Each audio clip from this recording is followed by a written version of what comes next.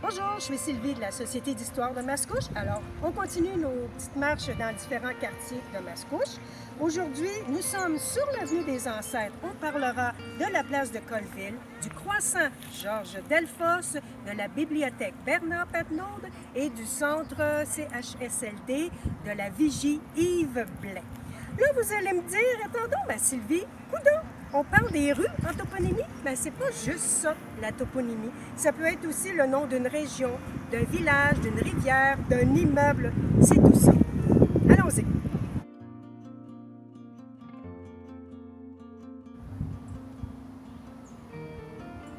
La place de Colville est accessible par l'avenue des Ancêtres. Ça ne débouche pas, c'est un cul-de-sac. Cette place a été ouverte dans les années 1995 dans un secteur qui est identifié par les noms des anciennes familles de Mascouche. Surnommée la millionnaire, Hazel Beatrice Colville est née Kempt en 1879 et est décédée en 1962. Elle a été châtelaine du domaine seigneurial de Mascouche de 1930 à 1954. Désirant conserver l'intégrité du domaine pour les générations futures, on lui doit la restauration du moulin, de la maison du meunier et ainsi que celle du manoir en gentilhommière.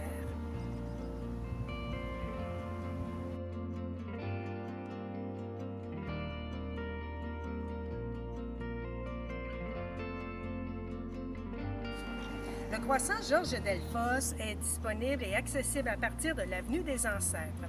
Il fait un grand U et il a été aussi ouvert en 1995, en même temps que la place de Colville.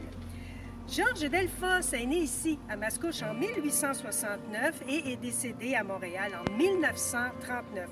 Son père, Mélène Delfosse, était régisseur du domaine seigneurial et maître de poste. Georges était un peintre, paysagiste, religieux, portraitiste, illustrateur et professeur. Il a aussi fait quelques voyages à Paris, question d'apprendre et d'aller peindre aussi. Depuis 1890, 3 de ses toiles ornent l'intérieur de l'église Saint-Henri de Mascouche. Je pense à Saint-Antoine, à Saint-Roch et à la famille de la Vierge Marie. Je ne sais pas si vous avez fait le calcul, mais s'il est né en 1869 et qu'en 1890, ses toiles étaient déjà accrochées, c'est qu'il n'avait que 21 ans. Non, mais quel talent!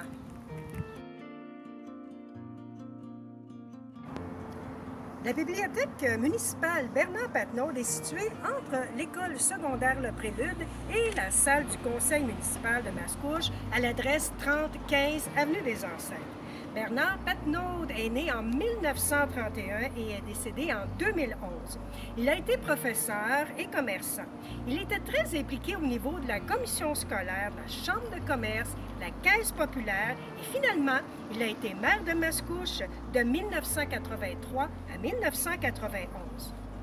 Dès 1984, le conseil municipal a adopté un règlement pour établir un service de bibliothèque permanent. M. Patnaud était vraiment convaincu que la ville de Mascouche était rendue là avec la population qu'il y avait à l'époque. Alors, la première petite bibliothèque a ouvert ses portes dans un centre commercial sur le chemin Sainte-Marie.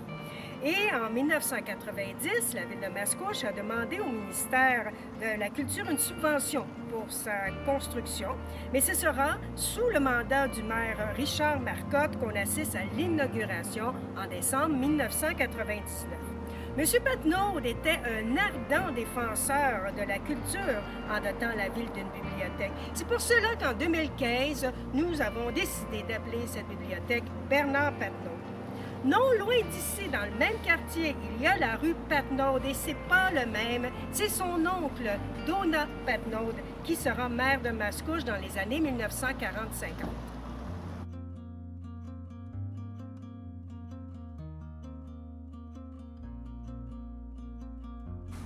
Le CHSLD Vigie Yves Blais est situé sur l'avenue des Ancêtres, entre la Montée-Masson et l'école secondaire Le Prélude.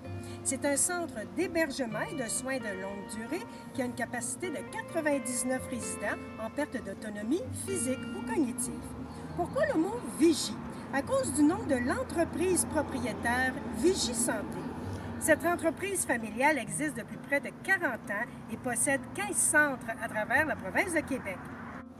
Tant qu'à Yves Blais, il est né en 1931 dans le Témiscamingue et décédera à Montréal en 1998. Après avoir travaillé plusieurs années à Hydro-Québec, M. Blais versera dans la culture en étant, entre autres, fondateur de quelques boîtes à chansons, dont le Patriote de Montréal et celui de Sainte-Agathe.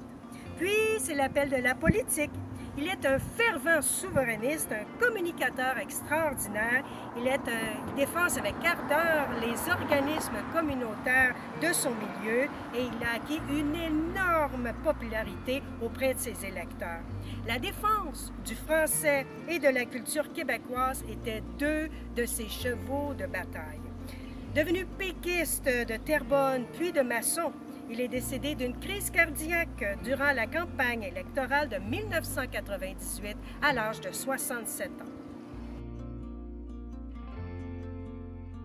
Alors, c'est tout pour aujourd'hui. Nous vous donnons un rendez-vous pour la prochaine capsule. N'oubliez pas, si vous voulez savoir d'où vient le nom de votre rue, écrivez-nous